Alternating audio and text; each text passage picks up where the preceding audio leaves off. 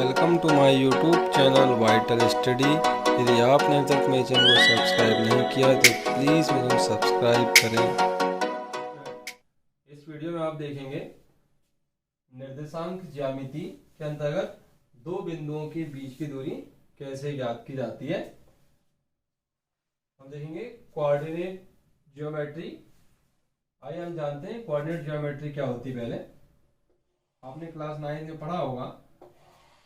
ये हमारे पास ये x डैश o और ये x, इस पर हमने एक लंब डाला y o y डैश, जो दोनों कहाँ करता है इस मूल बिंदु o पर काट रहा है। हम कहते हैं मूल बिंदु, कहते हैं ओरिजिन पॉइंट कहते हैं।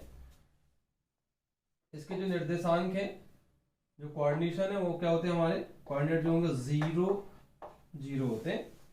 ये हमारी x अक्ष है, x डैश है, ये y है, ये y डैश है। इसमें जितनी भी जो होंगी x साइड में जो दूरियां होंगी वो धनात्मक होंगी, x डैश में क्या होंगी ऋणात्मक होंगी। इसी प्रकार से y में जो होंगी, मतलब y में धनात्मक और y डैश वाली जितनी भी है वो सभी क्या होंगी ऋणात्मक होती हैं। इस पे अब आप देख रहे हैं ये फर्स्ट कोऑर्डिनेट लाता है, ये सेकंड कोऑर्डिनेट, ये थर्ड और ये फोर्थ।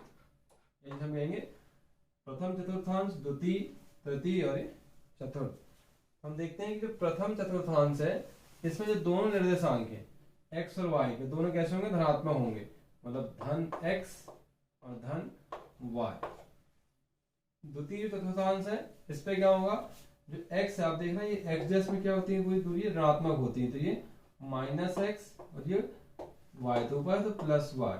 वैसे हम प्लस वाली वैल्यू को प्लस लिखते नहीं है, ये हमें साइन की वजह से हम लिखना है। इसी प्रकार से इसमें थर्ड कोऑर्डिनेशन देखिए आप, ये x और ये y, तो दोनों कैसे होंगे नेगेटिव होंगे, मतलब x भी नेगेटिव होगा माइनस y भी नेगेटिव होगा।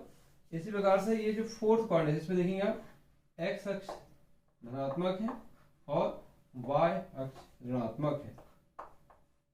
जैसे हमारे पास कोई पॉइंट है P, उसकी वैल्यू है 4 4। अब ये जो है P पॉइंट है, इसकी वैल्यू 4 4 है। से हम चारों कोऑर्डिनेट देखते हैं कि वैल्यू क्या होगी एक्चुअली पॉइंट P की। यदि पॉइंट P 4 4 है तो फर्स्ट में होगा, यदि सेकंड में है, इस सेकंड में है तो क्या होगा -4 4 होगी इसकी वैल्यू पॉइंट P की, बिंदु जो P है। यदि मान लो बिंदु P तृतीय चतुर्थांश में है तो क्या होंगे उसके दोनों जो निर्देशांक है x और y दोनों कैसे होंगे ऋणात्मक होंगे, मतलब -4 -4। इसी प्रकार से यदि मान लो ये जो P बिंदु है चतुर्थ चतुर्थांश में है तो इसके जो निर्देशांक क्या होंगे x धनात्मक होगा और y ऋणात्मक होगा। इस प्रकार से हमने देखा कि एक बिंदु P है उसके चारों चतुर्थांश में क्या क्या निर्देशांक होंगे। अब इसी के बीच में हम देखेंगे कि यदि मान लो हमें किसी प्लेन में कोई दो बिंदु दिए हैं, कोई दो पॉइंट है, उनके बीच की हमें दूरी ज्ञात करना है। जैसा हमारा टॉपिक है डिस्टेंस बिटवीन टू पॉइंट्स। देखते हैं, ये हमारे पास एक प्लेन है x o x dash y o y dash, ये हमारा मूल बिंदु है जिसके निर्देशांक 0 0 है। ये यहाँ पर एक बिंदु है P और एक बिंदु यहाँ पर Q। इन दोनों के हमें बीच की दूरी ज्ञात करनी है। तो आप देख रहे हैं फर्स्ट कोऑर्डिनेट में ही है, तो ये इसका निर्देशांक क्या आएंगे, हम मान लेते हैं x1 y1, मतलब आप देखेंगे इसके दो निर्देशांक कैसे होंगे धनात्मक होंगे। और ये हमारे पास बिंदु है Q, इसके निर्देशांक क्या आएंगे x2 y2। हम इसकी थोड़ी रचना करते हैं, इसलिए हमें एक सूत्र निकालना पड़ेगा कि जो फॉर्मूला डेरिवेट कर देंगे डिस्टेंस बिटवीन टू पॉइंट्स। हम ये पॉइंट P से इस OX पे एक लंब डालेंगे, ये हमारा रहेगा P Q है हमारे पास, तो इसको नाम देते हैं PR। इसी प्रकार से इस बिंदु Q से इस OX पर एक लंब डालेंगे जिसे हम कहेंगे QS। इस बिंदु P से इस QS पर एक लंब डालते हैं जिसे हम नाम देते हैं PT। टी बिंदु टी दिया, ये ना 90 अंश का कोण आएगा। आप देख रहे हैं हमें एक समकोण त्रिभुज दिख रहा है PTQ। इसे यहां से मिला दे, ये मान लेते हम A पॉइंट है, इसको इससे मिला देते हैं, ये मान लीजिए B है, जरूरत नहीं पड़ेगी, डैश डैश है। अब आप देख रहे हैं इस चित्र में कि ये जो OR है, OR इस AP के बराबर है, अर्थात ये OR का निर्देशांक क्या आएगा, x1 आएगा। आप देख रहे हैं चित्र से देख रहे हैं कि जो चित्र है उसमें हमारा जो है उसमें कि जो OR है, OR की वैल्यू कितनी है, OR का निर्देशांक क्या आएगा हमारा, x1 आएगा, x1। इसी प्रकार से इस जो OS है, इस OS का निर्देशांक क्या आएगा, x2 आएगा, OS, इस OS मतलब BQ, तो ये बराबर है, इसका निर्देशांक क्या है हमारे पास, x2 है। अब आप देखिए हमें क्या निकालना है, ये जो है RS की वैल्यू याद कर ली, RS। अब RS क्या होगा, RS इक्वल टू, अब आप देखिए यदि हम इस पूरे OS में से, इस पूरी OS में से यदि इतनी वैल्यू घटा दें, RS में से OS को घटा देंगे तो हमें क्या मिल जाएगा, RS मिल जाएगा।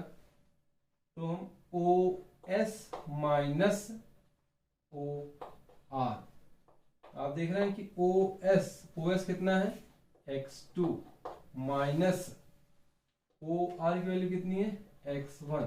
आप एक चीज और देख रहे हैं इसमें कि ये जो RS है, ये जो RS है ये किसके, PT के बराबर है। हम इसे क्या है, PT के बराबर लिख सकते हैं। इसी प्रकार आप देखेंगे ये तो हमारा x निर्देशांक निकल गया। इसी प्रकार जो हमारा y निर्देशांक के लिए देखते हैं, इस y निर्देशांक के लिए आप देखिए ये जो है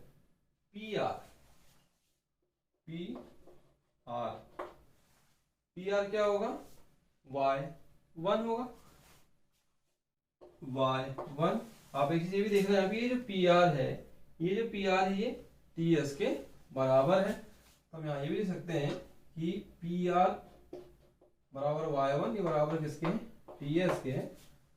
अब आप देखिए ये जो है QS की वैल्यू क्या है, QS का निर्देशांक क्या है, मतलब ये जो है QS, आप देख रहे हैं यहाँ पे ये जो है y2 का मतलब ऐसे ये आएगा हमारा y2। अब आप देखिए हमें क्या निकालना है इसमें से, यदि हमें QT की वैल्यू निकालना है, ये दिख रहा है, ये समकोण त्रिभुज में ये जो दिख रहा है आपको PTQ में हमें QT की वैल्यू निकालना है। तो QT इक्वल टू क्या होगा, QT इक्वल टू क्या आएगा, इस पूरे QS में से, ये जो QS जो वैल्यू है, इस QS में से यदि हम TS को माइनस कर दें तो QS माइनस TS। और हमने देखा था ये जो QS है इसकी वैल्यू क्या है, QS की वैल्यू है y2 माइनस ये जो TS है, ये TS किसके बराबर है, ये जो TS है ये PR के बराबर है, इसलिए इसकी वैल्यू क्या होगी, हम निकाल चुके हैं, y1 है।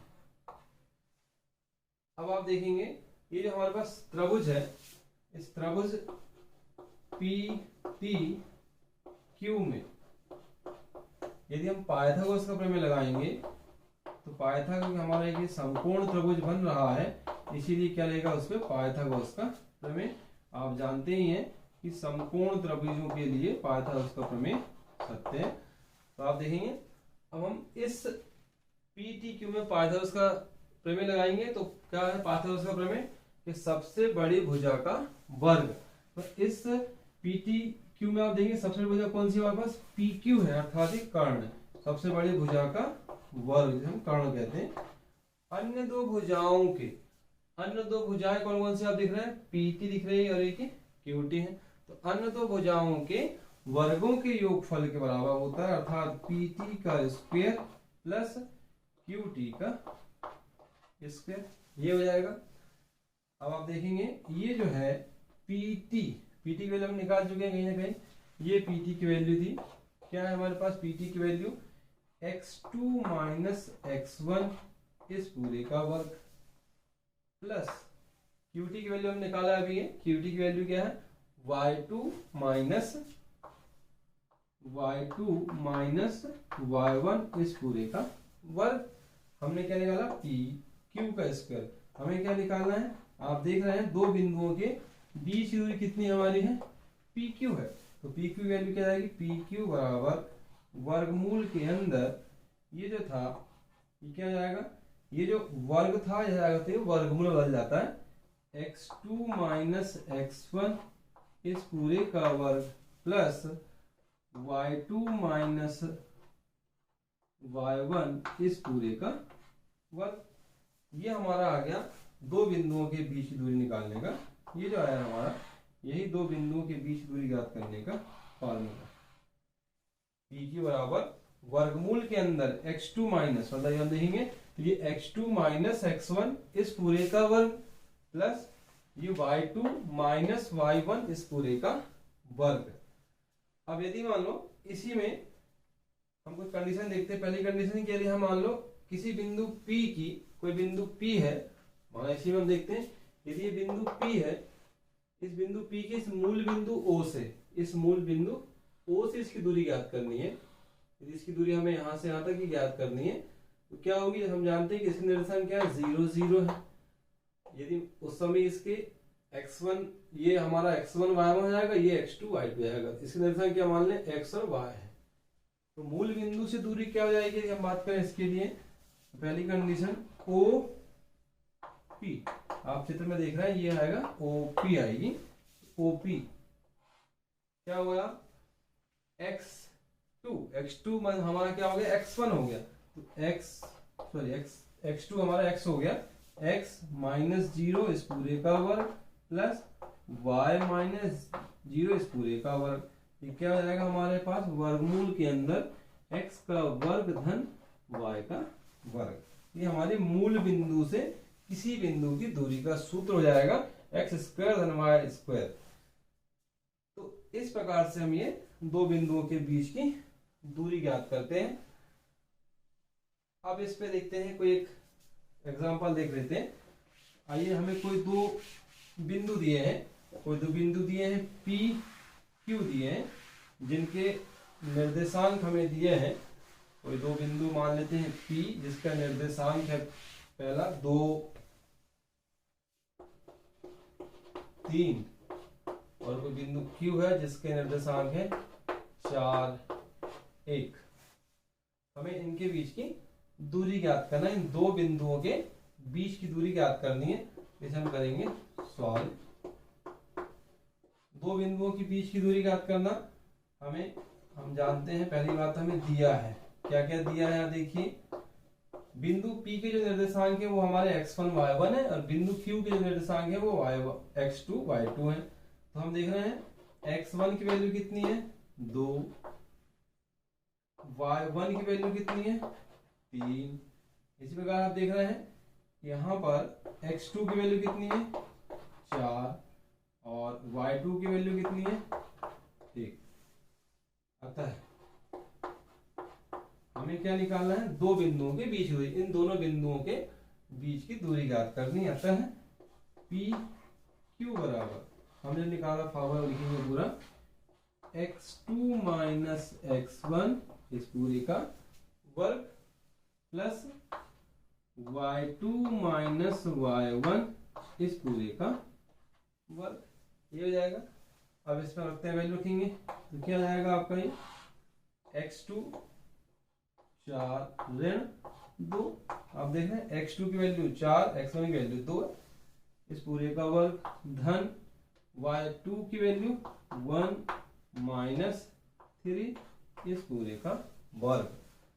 अब आपका क्या आ जाएगा, ये 4 में से 2 जाएंगे तो 2 इस 2 का वर्ग धन, यहाँ पे आप देखेंगे 1 में से ऋण 3 घटेगा तो क्या आएगा ऋण 2 आएगा। दोनों घटेंगे लेकिन बड़ी संख्या का चिन्ह आएगा, तो बड़ी संख्या का चिन्ह क्या है ऋण है, वर्ग।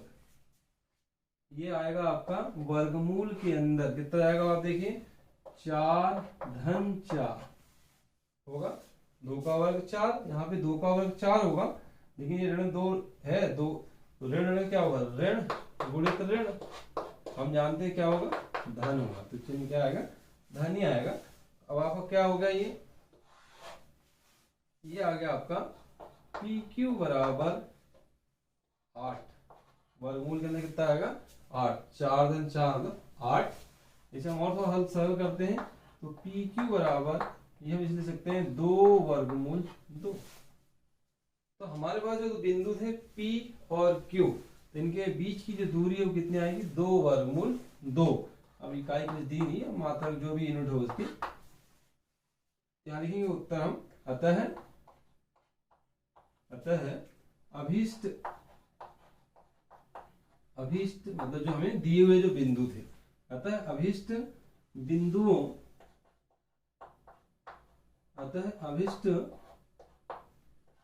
बिंदुओं के बीच की दूरी 2 वर्गमूल 2 मात्रक होगी। इस प्रकार से दो बिंदुओं के बीच की दूरी ज्ञात की जाती है। Thank you.